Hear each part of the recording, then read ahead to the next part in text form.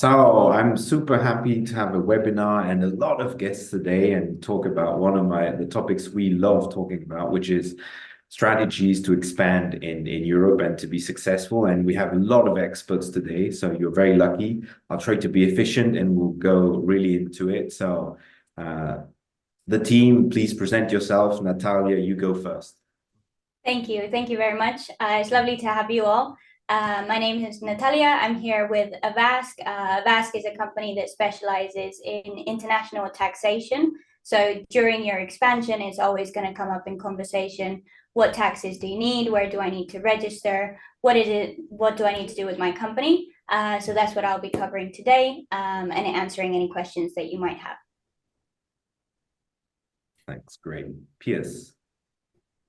Hi guys, my name is Piers. Great to be here today. And yeah, my role is currently working at Getida. I drive our new business efforts in UK and Europe. So many may know of Getida, but we're the world's leading reimbursement provider. Typically, we help clients get around 1 to 3% of their annual revenue back through reimbursements.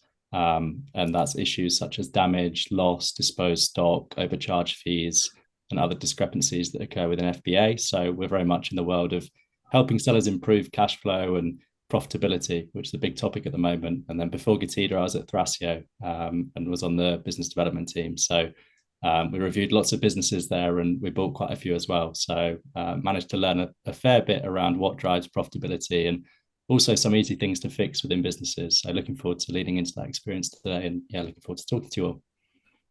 So a few keywords, growth and profitability. We've already two main pillars of today. Mark, please. Good afternoon, everybody. My name's Mark Williams. I'm a senior relationship manager for the European partnerships business at World First.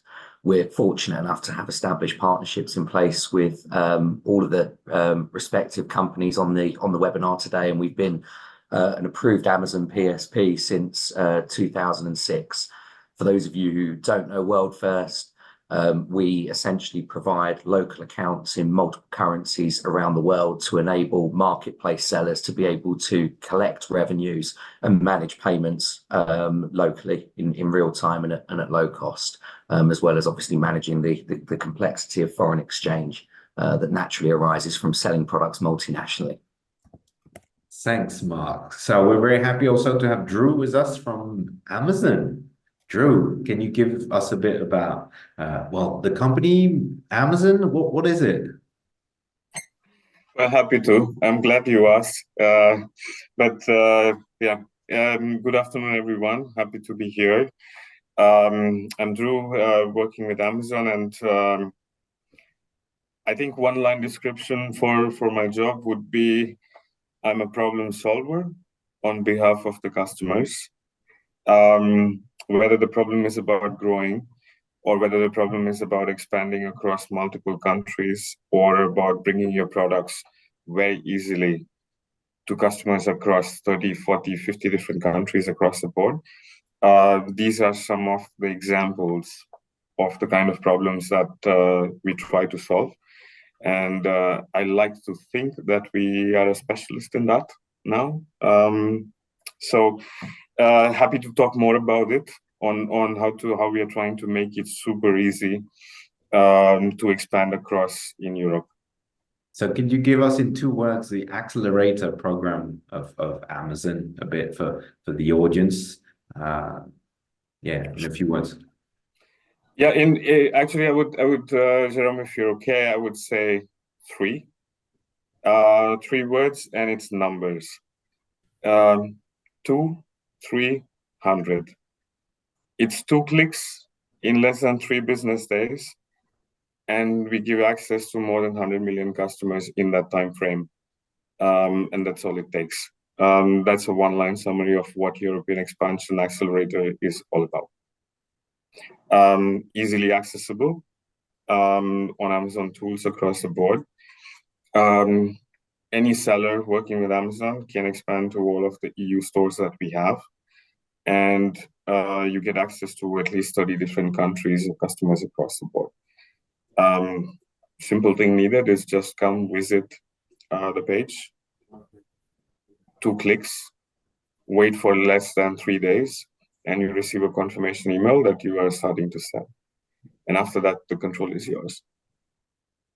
Amazing. Thank you, Drew. That's the best elevator pitch I've heard for a long time. 2, 3, and 100. So I'll remember that. What web page could you give the link of the web page we should go to for that? Sure. I'll just paste it in the chat, if that's okay. Awesome. So, and then we'll get going. I think the first topic we wanted to cover as a group, and I'll ask everyone to give a bit of their point of view. I think Drew gave a bit on it. It's like why would you want to expand into Europe? Like the 100 million customers makes sense, right? Already that resonates, but maybe we can have a tour. So who wants to get started on why would you want to expand into Europe? Well, I'll call off Natalia, then you start. Great. Well, it's not as much of a saturated market. I know that we always talk about that. There's customers waiting there for your product, and Europe is an area that really tends to buy from their own country. So as soon as the products are in their own country, they're more likely to buy it than if they have to maybe buy it from China, from the US, or from Australia. So by expanding into these markets, you're already reaching a whole bunch of other clients. And once you're in Europe, there's no borders between countries. So you're in. Once you're in, you're in. You have access to 27 countries, all from one if you wanted to just do one. So it's just clients waiting for you. Clients waiting for you. That's another buzzword. So Piers, why would you want to expand into Europe?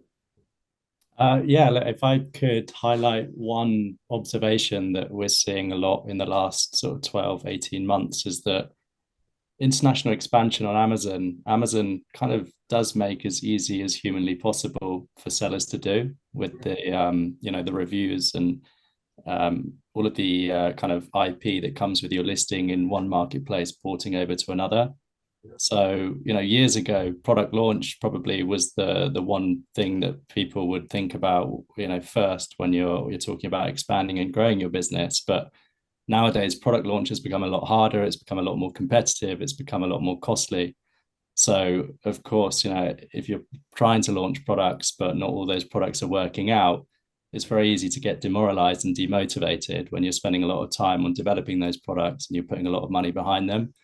So actually, we're seeing a lot of sellers shift that mindset of just launching new products to actually, moving products that perform very well in their domestic marketplace into new marketplaces. For example, US sellers that do amazing numbers in North America, but aren't yet selling in Europe. They do that SKU level analysis of their catalog and work out what the best performers are, and then move those best performers in Europe. And with the help of agencies to make sure that their listings are optimized, they've got great imagery, they've got great A+ content.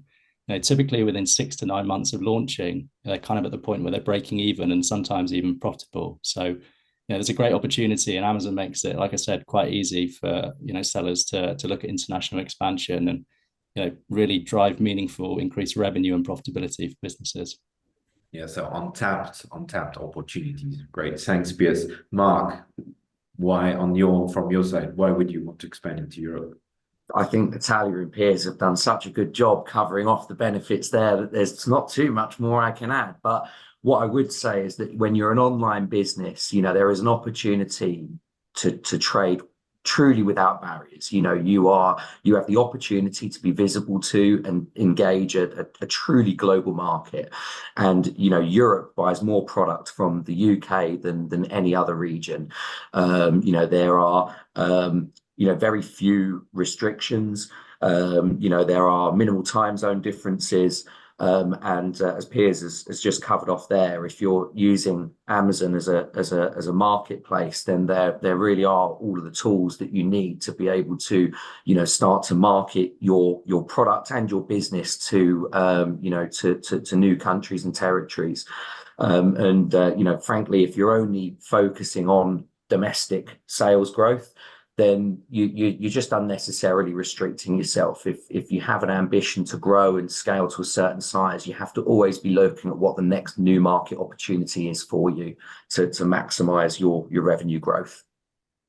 maximize your revenue growth. Love it too. So thank you very much, all of you. I posted the link Drew shared with us to access the Accelerator page. So, and for the ones who will be viewing that later on, we will obviously show that link on the page or on the comments. Now, I would like to go a bit into the details of expansion. And one thing I love in discussing with experts is tapping into your experience. And Piers, I'd love to get, yeah, I know you worked in like a lot of different setups and helped a lot of sellers from a lot of different countries. So you've got a vast experience on like on that expansion, on what worked and what worked less. So could you give us a bit of, flavor of what you've seen working well in terms of expansion? Yeah, sure. This might sound like really basic information and 101, but yeah, this is common knowledge, but not always common practice from what I see. So, product viability is probably like a natural place to start here, because it's one of the first considerations sellers have, right, when they're launching in a new market is what products to start with. So I've seen instances where people do this really well and they spend the time researching category and product data. They look at the new consumers, they try and understand exactly how that product fits in that market and what they can do to best optimize their listing within that category to kind of drive up the ranking. And then you've got, sellers that don't do that and they just kind of go all in one go, and they don't do the optimization piece, they don't do the SEO, they don't do, the catering that's needed to that local market. And then of course, it falls flat on its face. So, it might sound very basic, but that product viability is great. And then there's a second piece of that also, clear objectives are very important. I think when you're launching, you see a lot of confusion normally around what people are actually trying to achieve through the product launch. Is it growth or is it profitability? Because it's situational. If you're launching in a new market, typically that first 6 to 12 months is all about getting some early traction, some early wins, getting some reviews, eating up some market share. And of course, if you're trying to grow at that stage, it's very likely that you're not going to be as profitable as maybe you'd like to be, because you're going to have to spend more on PPC and on trying to get your product up that listing. And some people, again, get quite demoralized because they're not quite at that level of profitability they want to be. But, it's all right if you're at that stage of your business and you're just kind of making your way up the ladder, then that's okay for a certain period. And then, of course, once you're there, then you can start to think about trimming for profitability. So it's kind of a mindset thing. And like I said, it's 101, but I think it's really important just to start with the basics and having an open mind into what's realistic and what's not. Right. And I love the thing of you need to go with a plan, right? It's not go heads down, just you need to know why you're going there. And do you want to grow with specifically sales or profitability or a bit of both? But usually it's one who's a major point. And I think that's a great insight. It's like plan about where you want to go. Is there anything where you've seen something specifically go wrong, for example, or a big red flag you could share of things you would really recommend not to do, for example? I think when you're you talk I think very knowledgeably about planning. We see it working with you guys quite a lot. You really help people structure their entry into new markets, which is so important. And I think one of the areas that needs to be focused on is supply chain when you're looking at a new country, because of course it's a new territory and that involves shipping into new countries and understanding the regulations around that. And one thing I have noticed in a few occasions, which ultimately has a huge impact on bottom line profitability, is understanding size tiers in different markets and then trying to optimize packaging around those size tiers. It's one of the first things that people should think about when it comes to making more money in different marketplaces. So you really want to understand your size tiers. And, if you know those size tiers and you can redesign with your factory the product packaging to potentially go down a size tier, you can potentially save $3-4 a unit, which, as you stack those number of units up over the number of sales, can amount to a huge amount of additional profitability and cash flow for the business. So I've seen some people not do that. And, poly bags versus cardboard boxes is a great example. If you're still got your product in a poly bag, it might not be so common anymore. But when you send that product into Amazon, Amazon will weigh and measure that product on its Cuba scanner, and it will pick up, if that poly bag is not tightly wrapped, you're going to get penalized and you'll get put in a bigger size tier than you want to be. And that's going to have a negative impact on the profitability at an ASIN level. That's a great insight. And like a centimeter can make you win or lose a lot of money, right, in packaging. Yeah, I mean, sometimes if you're just above the threshold.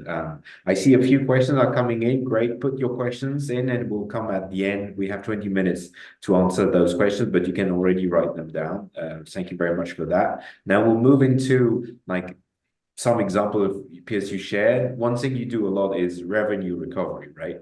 And on that, could you elaborate what are the things people should be careful about in terms of they may be spending a lot of money or it's costing them a lot of money and then they could recuperate some money from that? Could you expand a bit on that? Because we were talking about profitability. I think that's pretty important, right? Yeah. I mean, I'm slightly biased in saying this because I work for a revenue company, but I genuinely do think it's important to have something in place to make sure that, if there are leakages in the business and there's money that's available for you to reclaim, then any money at the moment is really meaningful cash flow for businesses. If you reinvest that money into ops team or PPC team, it can drive more significant growth. So look, some of the things that we help sellers look out for that happen with an FBA are things like missing inventory, damaged inventory, disposed inventory, any overcharges that are relating to Amazon's fees. And it's really important to be on top of that, because if you're not, then any money that is rightfully owed to you that you don't identify ultimately will get absorbed into the bottom line of the business. So it has an impact on your bottom line profitability. And it means that, if you're not getting that money back into the business, you're just losing margin. So sometimes it can be very hard to identify and to reconcile and to audit manually because of the data intensity and the time that is kind of needed. It's a stressful exercise to take place, which is why people don't tend to do it to the level that it kind of needs to be done at. So, my suggestion would just be for people to it doesn't need to be us, but definitely have a look at the options out there and make sure that you do have some kind of solution in place so that if there are things that are going wrong and errors and problems, then you pick up on them. Are you able to quantify, if you were to give one number, like what's the size of the price, either in percentage of fees or in percentage of revenue? Do you have a number there or not? Yeah, it really ranges. Recoup. Yeah, it's circumstantial. So, no business is the same, of course, and every business has a completely different set of circumstances. So we try and give a conservative range of somewhere between 1% and 3% of annual revenue is typically eligible for some kind of reimbursement due to discrepancy.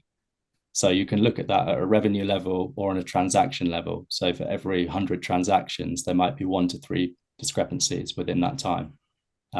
So, they might sound like small numbers, but of course, small numbers do add up over time. And that's the message. Yeah, 1 to 3% margin, points of margin can be like substantial. And we've seen FBA fees increase in the US at least, and probably coming to Europe soon. And so we're chasing like points of profitability. Thank you very much, Piers. I'd like to move into another like vast, complex but very important topic, which is taxes and regulations. And thank God we have Natalia to speak about it today.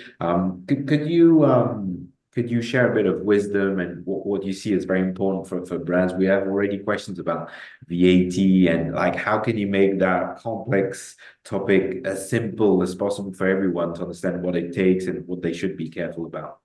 Yeah, of course. I mean, in a way, Europe is quite simple because it's all to do with where you store your inventory. So we'll go back to the question at the end, but if you want to store your inventory in a specific country, you just need to register for VAT in that country. It can't be any more simple than that. And luckily, you can now specify which countries you want. In the past, Jerome, you would have known that you had to do all 7 countries, no matter what. Now Amazon give you the option. So they're trying to make it easier and easier for you to do this expansion. So you can decide based on that research that you've done that Piers was mentioning, you now know which countries you want to focus on, and those are the ones that you can register in. That's very simple, as you said, very simple. So where your product is located is the important point. In terms of regulations and other things on taxes that should be, highlighted or people should be careful about or mindful about. Yeah, always. Like anything, it sounds really simple, but then there's little caveats that maybe you need to think about. So based on your product, you just have to take into consideration the new tax called EPR. And it's all to do with your product. So if you have electronics or you have batteries, you just need extra registrations. But otherwise, you need to focus on your packaging. So again, based on your packaging, your EPR will be higher or lower. So it's a really good point that you were mentioning, Piers, to take that into consideration before you expand, because the EPR will be based on that, the responsibility that you have to make sure that these products are being disposed of correctly. Eco nowadays is the main topic, isn't it? I heard, and that's one thing where, like, I heard some states in the United States are talking about like replicating that EPR rule. Have you heard about that? Do you have any insights? Well, every country will slowly start to follow. We're seeing Italy coming up next. So Germany, France, Spain, Austria have been the ones to start all this. And then we'll slowly see more and more countries. Supermarkets were the first ones to start with the whole plastic bags. So it's just logical that e-commerce is following on. And so drive us through that process. You want to start selling a product. It's got plastic. It's got maybe batteries. Got packaging. What's the process? And could you give us some time frames if you can? Yeah, of course. It obviously does depend on the country, but you've chosen the country that you want to expand to. You've done your research. You've done your listings. You've done everything that you need to do, and now you're ready to expand. So all you need to do is register for that VAT number in that country. Depending on the country, it can take two months approximately. So do bear this in mind before you start expanding. Based on that country, we'll register you for VAT and we'll take care of the filings, the declarations. And then based on your products, you just need to have a registration per category. So let's say one for packaging, one for batteries, and one for electronics. Nice and simple. You put that onto your Amazon seller account, and then that product is now active for you to start selling. And as soon as you have the VAT number, you can start shipping your products into that country, start using FBA, and start selling to those 27 countries I mentioned at the beginning. I love the way you make it very simple. And when you're there, it's like, oh, my VAT number. So, like, could you there's, I think, two time frames. One is about VAT. How long does it take to get a VAT number, and how long does it take to get the EPR number?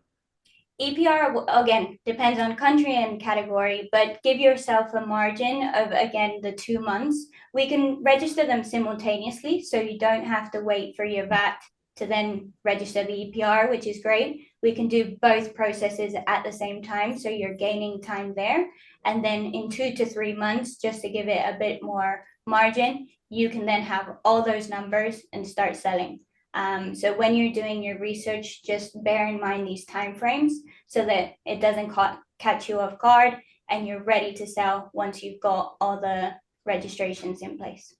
So rule of thumb, a number to remember, another 3 months more or less. Yeah.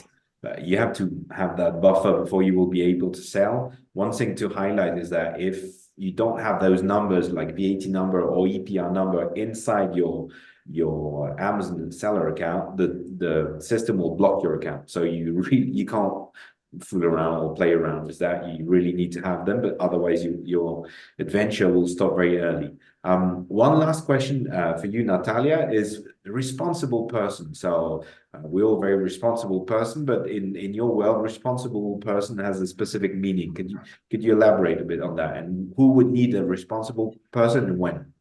Yeah, perfect. And this is actually a topic of the month because there's been recent changes on Amazon. You now need to have your own responsible person, but it's absolutely fine. It's simply anyone that's not incorporated in that territory. So let's use Europe as an example. If you're not incorporated in Europe, you need to have someone acting as your responsible person. And what this means is that if at any point anyone has any questions on your product, they will go to this responsible person and they will answer any questions. So they'll actually have a product itself and they can say it's got all the certifications it needs, it's got all the registrations it needs, and then the product will be absolutely fine. And Jerome, one of the questions that we always get is, what should I do first? Is it the responsible person? Is it the VAT? Is it the EPR? I guess to put into perspective, you would never sign up to Amazon Prime without having Wi-Fi first. So always get your Wi-Fi first and then do Amazon Prime. So in this case, responsible person would go first, and then you get your VAT numbers, your EPR, and then you can start selling. Love the Wi-Fi thing. So when you're traveling, well, you have 4G. So anyway, but won't go there. The about the responsible person, does it have to be a specific kind of person? Could be like anyone? It has to be a company. Who should you select for that? Is that you have people do that? Who Yeah. do you talk to for that? It has to be a company that has the licenses to act on your behalf. We've actually seen people that just put a random uni house address and they think that's enough to be a responsible person. But unfortunately, if they went to that uni house, they'll see your product isn't there and there's no one there to be accountable for your product. So please make sure that it's someone that has the licenses to do this for you. They can verify that the product is correct to sell in that market. You just need one for the whole EU as well. So it's not like VAT that you need to have one per country. As soon as you have one for the whole EU, you're covered. So it's nice and simple in that sense. Okay, so it's still an important thing. You can't like take it lightly and put anything else. They could check all it's I believe it's like the local governments or like the authorities, local authorities could check this out and find out that it's a fake address, and then you get into trouble, right? Yeah, they'll obviously check those products that are slightly more dangerous in a way. So anything that has electronics or consumables. So if you sell supplements, please make sure that you do have this. Obviously, if you sell coasters or something simple, you're less likely to be looked at, but that doesn't mean that you don't need it. So it does depend on the product, but there's loads of companies that offer responsible person. And again, you just need one for the EU. They usually have a 3PL or somewhere that they can store one of your products in case they do want to check. The authorities come over and check, but they have everything ready. So you're covered.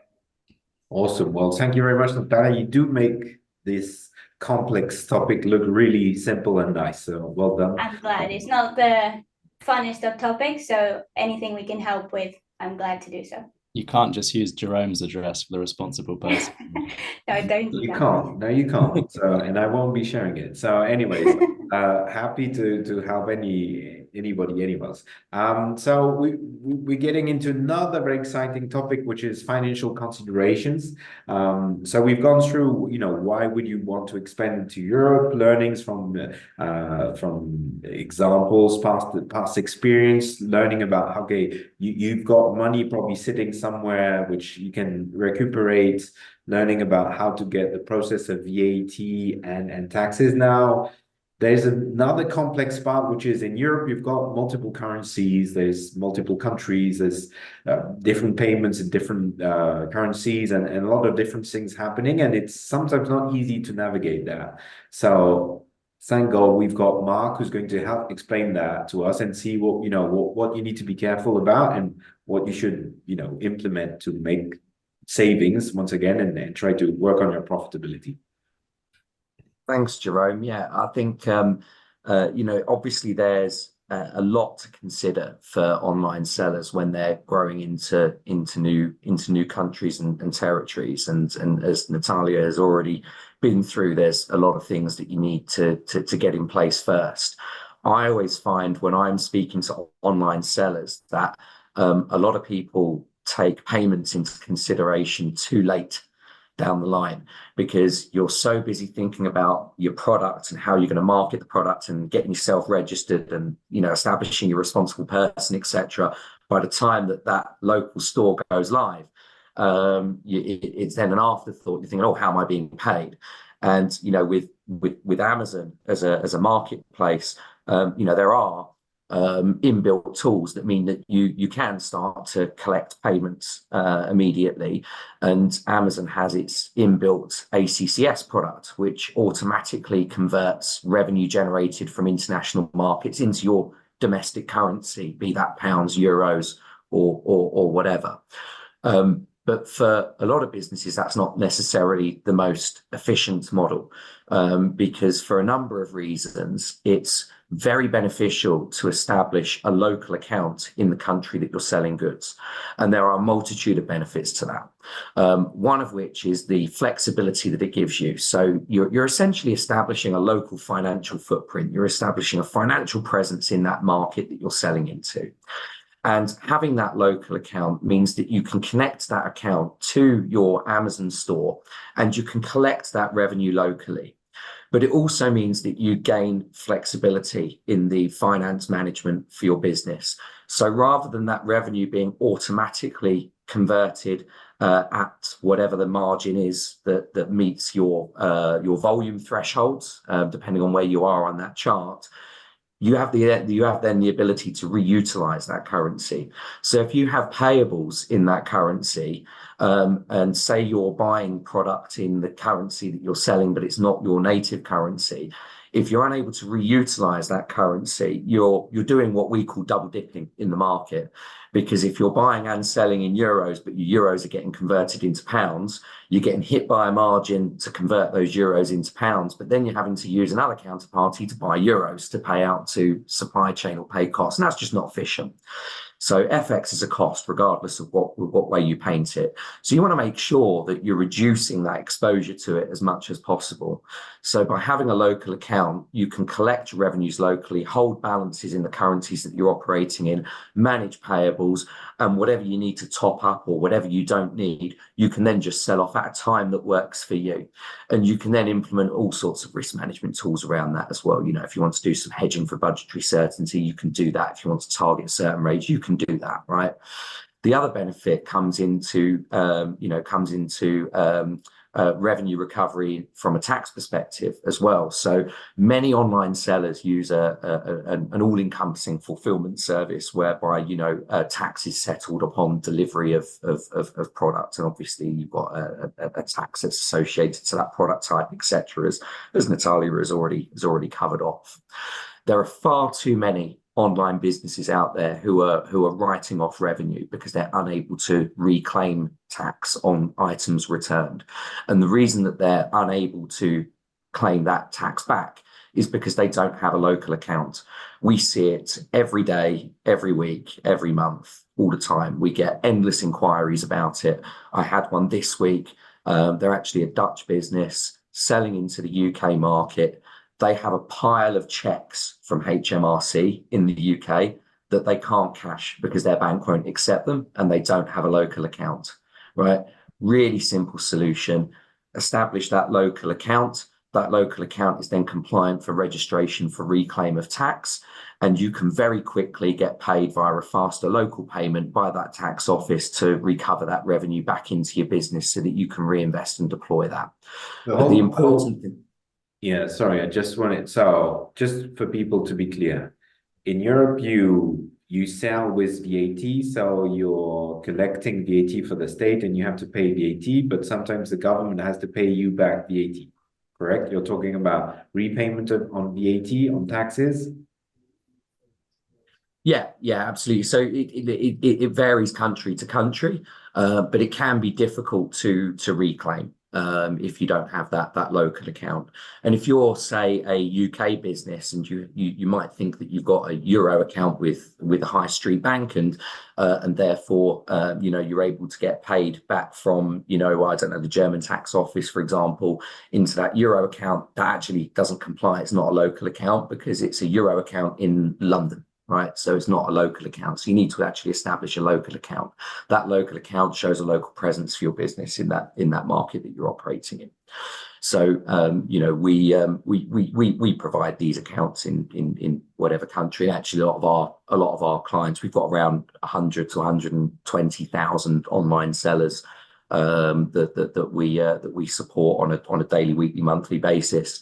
And many of those operate multiple accounts because they'll have a euro account for their Amazon France store, and a euro account for their Germany store, and a euro account for their Netherlands store, and they might have a zloty account for their Polish store, etc., etc. So if I summarize, the first win was okay on the exchange rates when you get a payment in euro and you're based or a payment in GBP, but you're based in euro or vice versa. This is the first saving you can have. Same as peers, do you have a number or benchmark, like in terms of percentage of something, just to give a feel of the size of the price we're talking about? Again, as Piers said earlier on, it's individual, it's case by case, and obviously it depends, how valuable that market is to you, what percentage of your overall turnover that particular market represents. However, you can probably add a couple of percent to your profitability by establishing that local account and managing the exchange yourself. You can certainly get, sharper exchange rates, etc. And that saving is only enhanced further if you're reducing FX altogether by reutilizing the funds that you're collecting to manage any payables. And then again, you can add a bit more if there are, if there's tax that you're struggling to reclaim because you don't have that local account. So it's a double win on one side, and the other side it's getting the payment and paying out again. So we're talking 1, 2, 3% again. So once again, it's a like interesting saving. And the second part was on the tax, when you need to get taxes back from the government. It happens sometimes, not always, but it happens. It can happen, right?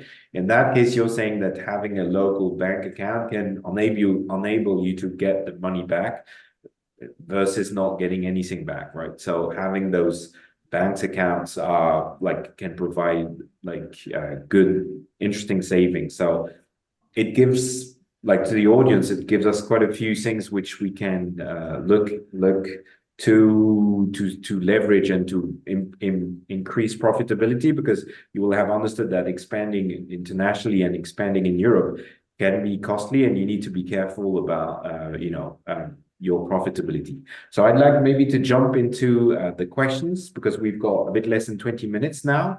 We've got quite a few questions coming up already. Please put your questions on the Q&A section or the webinar chat. So Tom saying that he's happy to cash the money from the government. So thank you, Tom. That's very interesting. I have one of the questions I had was for Drew specifically is for you, what is the best country to start from in expansion? If you're looking at Europe, do you have from your point of view and your perspective, what would be the country or maybe the journey of expansion you would recommend? I think it's a very good question with a few dimensions to consider. One dimension to consider before making a decision would be what's the products that you sell, and doing a bit of research, going back to what Piers mentioned earlier, on going and doing a bit of research on where is really the customer interest for similar products. So that's really taking an end consumer and customer angle to say that, for example, if you're going to sell coffee mugs, might be worth seeing or checking that in coffee mugs, maybe people have a preference for color, and then in individual countries, the color preferences might be very different in that case. Or if you're selling a very niche product, could be like carpets, for example, local customer preferences do vary. So these are some elements to take into account. And then the choice does become quite easy, that based on the local customer preferences, maybe your journey to start could be in Germany, or maybe your journey to start possibly could be maybe Poland in that case. So that's one aspect. Second one to consider before making a decision would be your own place of operations. So the country where you're based in, inside of the EU, could be the angle to take that. Where is it easier for you to base your operations out of, so that you can reach the customers faster? Again, just to take an example, this factor is very important for customers. This we see on a day-to-day basis. How quickly can you deliver the products that they really want? And hence, as an example, if you're based in Poland, then looking into Germany would make an obvious choice. Or the other way around, you could start your journey in Germany, and then you could definitely think about Switzerland, for example. Or you start in Sweden, and then you can expand into the Nordics, because that's the geographical proximity. Key angle to keep in mind, of course, is how fast can you get to the customers. And the third point is mainly around, if I have to summarize, would be around what usually is the strategy that you have in mind. It's a combination of both of the first two aspects. Are you intending to be a multi-brand seller, for example? Or do you intend to be somebody who specializes but only in one product segment? So these would be high level, at least two examples as a combination of the two. And there, then the answer would probably be none of the above in terms of choosing where to start with. You pick one strategy, could be saying, okay, I'm going to start with in a niche product segment. I'm going to start in one country, and then the mindset should be, hey, just expand as fast as possible. And then you continue following that approach. Well, thanks. I love that was a very structured answer. I love the fact that having a plan and looking a bit beyond the only the questions, like, okay, looking at different things, supply chain and so on. I'll ask you for a quick answer now. We have one very specific question, so maybe it's too technical. We'll see. Is someone wants to expand into other marketplaces in Germany and France? What is the most efficient way? Is a question via localized flat file, one multi-marketplace flat file, or how sell globally section can help? Short answer to that. The shortest answer is don't worry about any of these. Just come visit the European Expansion Accelerator page, and 2 clicks, and that's about it. 2 clicks. No, it was 2 clicks, 3 days, 100 million. So that's it. Okay, awesome. Let me get another question. There was a VAT question. That's, well, you know who that for it, who for that is. Account registered in Poland, so VAT in Poland. Main customers are in Germany, but no German VAT. Can I send my stock to the Polish FBA warehouse? Will my goods have a Prime badge on the marketplace? Okay, perfect. So Polish one you could store because you have the Polish VAT number, is what I was explaining before, all to do with where you have the VAT number you can store.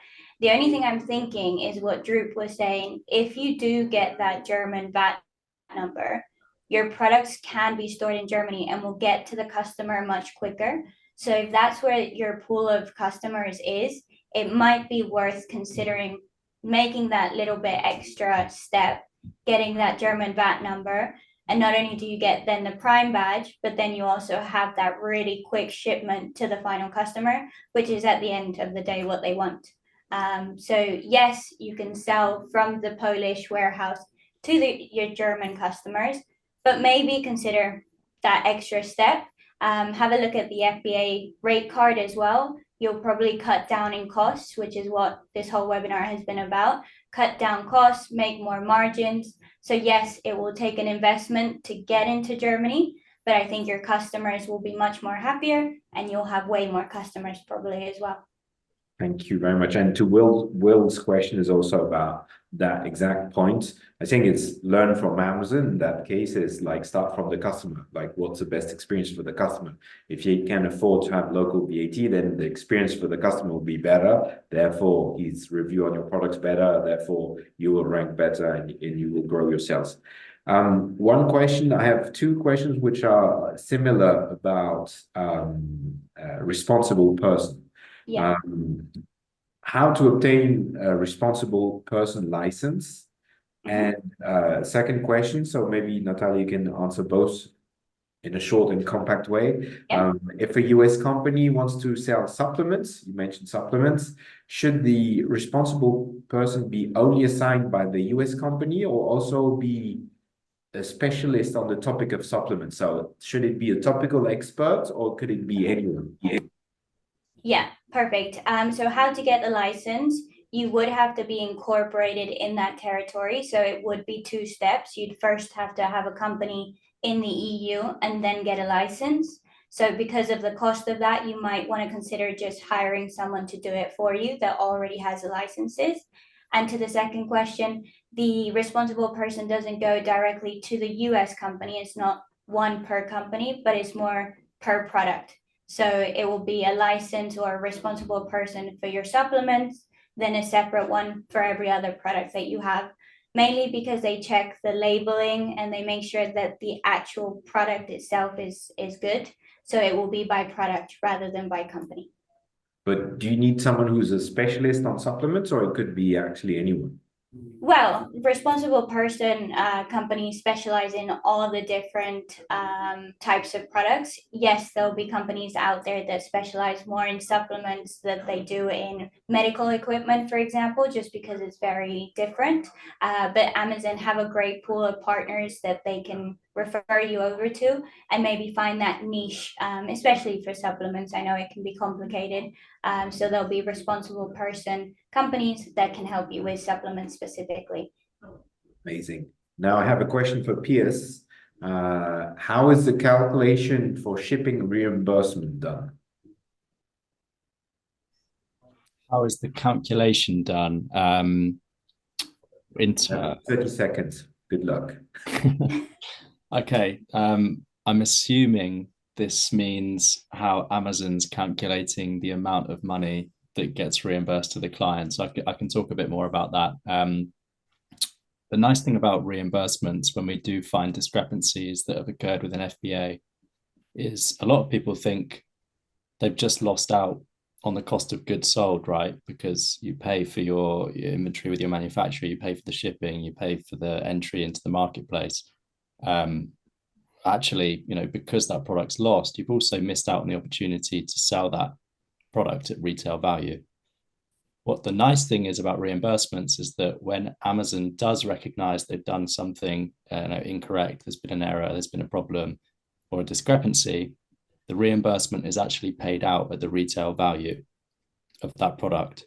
So you shift, when we identify reimbursements, we open a case with Amazon and Amazon accepts that case as a legitimate reimbursement. Amazon will calculate the retail value of that product and they'll reimburse them for the full value minus the FBA fees. So I'm not sure if that answers the question, but I hope that gives some clarity into the situation. Well, you did your best, and I think I understood. So thanks, Piers. We have quite a few questions, so do go on sending them. One question was, I think this one is more for Mark, is how can I stop Amazon from automatically converting sales in euros to GBP so that I can use them to make payments and that like it doesn't go automatically and regain a bit control of that? Yeah, really straightforward answer. Set up a local account, connect that local account up to your Amazon store, and then that will allow you to collect euros directly and either convert or reutilize those as you see fit to. Yeah, I remember a customer who was based in Switzerland, and the system would automatically put the currency as Swiss francs. Is Yeah. there a setting where you can change that manually, or do you have to have like a local account to change? Because you could have a euro account in Switzerland as well as a Swiss franc account in London, right?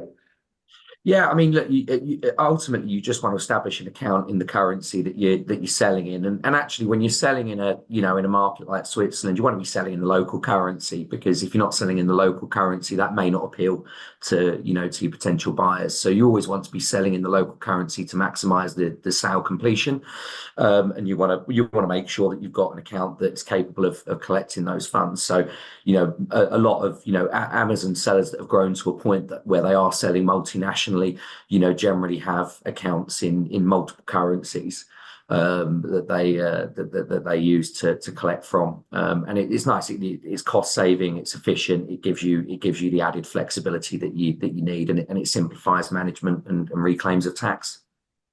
We like simple, right? So thank you very much, Mark. A question on like regulations and product specifications, and I think that one is more for Natalia. If we are a US seller, then do we require to label our products in the local language for UK and EU regions, and should we do any testing of our products? Okay, good question. Yeah, so the labeling would have to be in the local language. Obviously, instructions these days, I would recommend having a QR code that people could scan, and then all the languages will pop up to just save some hassle, and you don't have to print the instructions in all the languages. But especially the label, depending on your product as well, you want to make sure that it's understandable for that person. So going back to possibly medical equipment, the last thing you want is to something to happen because the label wasn't in the right language. So if you do go to international shops around, you probably see that the packaging is still the same, but then there's like a label stuck on top of it with the local language. So you could do that as well if you don't want to have to switch entirely the label. As long as it has something on top with the local language, that would be sufficient. And in terms of testing? Oh, can you still hear me? Yes, we can. Okay, I think It's I've lost very vision. colorful, but In terms of testing, the responsible person will do a whole report on your product and make sure that it's correct. So it's required for some of the products, and Yes. like supplements, for example, testing is required, right? But Yeah, just to get the certificate. Obviously, going back to the example of coasters, there's nothing to test. But if it's supplements or medical equipment or piercings or anything like that, then yes, they will make sure that the report is done to make sure it follows the regulations of that specific country. and there's a question, where can it be done? I suppose people can reach out to us, to Natalia, or to us. We can suggest a few people which can help you out. Yeah, definitely. Yeah. Great, thank you very much, Natalia. We've got 2 minutes, so two more questions, and then we'll have to close. One is for Mike, so you have a minute, and one will be for Drew. So the one for you, Mark, is: can we create a bank account in the local territory currency using a third party like wise.com to satisfy the issue of reducing fees? So my sort of point on that would be, I make sure that it doesn't matter who you use to establish a local account, so long as they are an approved PSP by Amazon. If they're not an Amazon approved PSP, then that account may not be successful in terms of collecting those funds. We don't charge for our accounts; we provide them for free. But there are multiple PSPs that you can see on the Amazon partner page. So just make sure that you are using somebody that Amazon approves. Exactly. Awesome. Thank you very much. Well done, Drew. Like a question from a seller is like, what the Accelerator program, is it designed specifically for a type of seller, or is it for any seller? And you do have 30 seconds. I'll keep it short. It's available for all sellers. As long as you have an Amazon account, you can just go ahead, visit the page, and you will be able to use it. For any reason, if you're not able to use it, you will see the reasons right on the page. Awesome. Well, thank you very much. Thank you for all the panelists. I had to press you to have short answers. So thank you very much for complying. It was a lot about compliance, but I hope everyone got some tips about how to, why we would expand, what is expansion, and how would you do that, and how would you make sure you protect your profitability, because that's super important. In terms of reaching out to us, you can connect to us on LinkedIn. I think is a great way of connecting to everyone. We'll be sending afterwards also links to blog posts and stuff that we've been creating that hopefully you get value from. Thank you very much, everyone. Have a good evening or good afternoon, and hopefully we'll meet soon at some event. Thank you, everyone. Bye-bye.